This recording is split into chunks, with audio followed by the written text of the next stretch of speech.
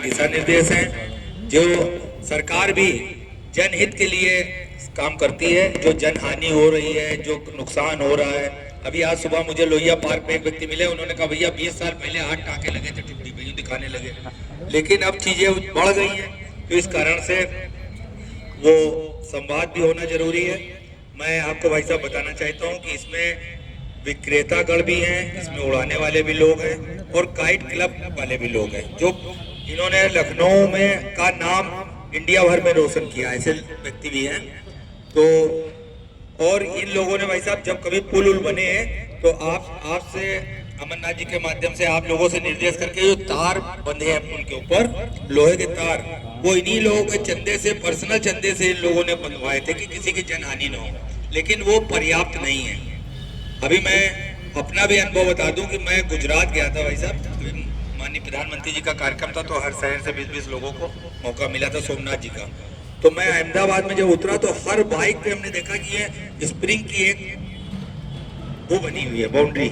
मैंने समझ नहीं पाया, मैंने कहा क्या है, तो कहने लगे ये पतंगबाजी खिचड़ी पे होने वाली है, इस कारण से ये सब बंधी हुई है।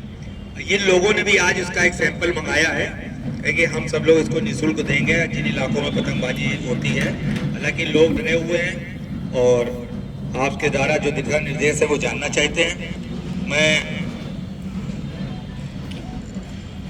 खुद एक सब नागरिक के नाते मैं आपको बताना चाहता हूँ अपना अनुभव, जो आपसे बात हुई थी कि मैं दिवाली और जमघट पे मैं अपने बच्चों के साथ पतंग उड़ाता हूँ केवल 2 दिन, और चरखी वर्खी खरीद के रखता हूँ। तो वो चरखी हमारे पास थी जब मुझे पता लगा कि पहले मेरे आपके द्वारा सूचना आई कि चाइनीज मांझा, फिर जब बरेली वाले मांझे की बात आई तो मैं स्वयं वो चरखी सहित मैं आया हूँ कि मैं जब तक कि आप लोगों के दिशा निर्देश क्लियर नहीं होंगे तब तक कि हमारे बच्चे और हम लोग पतंग नहीं उड़ाएंगे। आज मैं आपके सामने ये जमा कराने आया हूँ, ये मैं स्वयं, मेरे बच्चे का पेपर था नहीं तो मैं उसको लेके आता आपके द्वारा जो निर्देश होते। दूसरी बात, इस तरीके की ये रॉड हमारे काइट क्लब निःशुल्क दे रहे हैं। ये वैसा बरेली का मांझा है, ये खुले तौर पे बिकता है। एक और रिक्वेस्ट है, इन लोगों के वार्ता के बाद हम अमरनाथ जी से कहेंगे कि इस विषय को और आगे तक ले जाए। अभी भी बहुत सी साइडों पर चाइनीज मांझा बिक रहा है और छोटे छोटे कस्बों में आ रहा है। मैं इन लोगों से संवाद के बाद जो बात निकली, वो शहर में राजधानी में डर रहे हैं आप लोगों ने शक्ति की, लेकिन वो लखीमपुर में, सीतापुर में, बाराबंकी में ऐसी जगह उतर रहा है और वहां से लीकेज हो रहा है। जाने अनजाने में लोग खरीदे ले रहे हैं। हम खुद भाई साहब बता दें कि जब हम प्रतियोगिता के नाम पर जाते हैं तो हम कोशिश करते हैं मेरे पास ऐसा मांझा हो जो सबको काट दे, लेकिन जाने अनजाने में वो अपराध हमसे हो रहा था। तो हम लोग भी ये चाहते हैं कि चीजें, कौल साहब आइए, ये कौल साहब हमारे लखनऊ काइट एसोसिएशन के अध्यक्ष हैं और विभिन्न प्रकार की प्रतियोगिताओं को कराने में और खूब दूर दूर तक ले गए। तो भाई साहब जाने अनजाने में भी हम लोग ले लेते हैं। मेरा दोष ये नहीं है कि उस समय जब इसको भी रोकना होगा सर।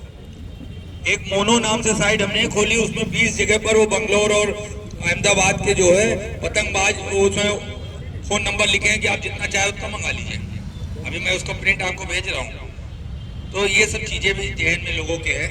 मैं अनुरोध करूंगा कि आज की बैठक को कराने वाले हमारे अभिभावक और सिविल डिफेंस, पब्लिक और पुलिस में कैसे संवाद परस्पर बना रहे पुराने लखनऊ में, इसका सारा श्रेय भाई अमरनाथ जी को जाता है। मैं चाहूंगा एक बार अंतर्ध्वनि से स्वागत कर दीजिए।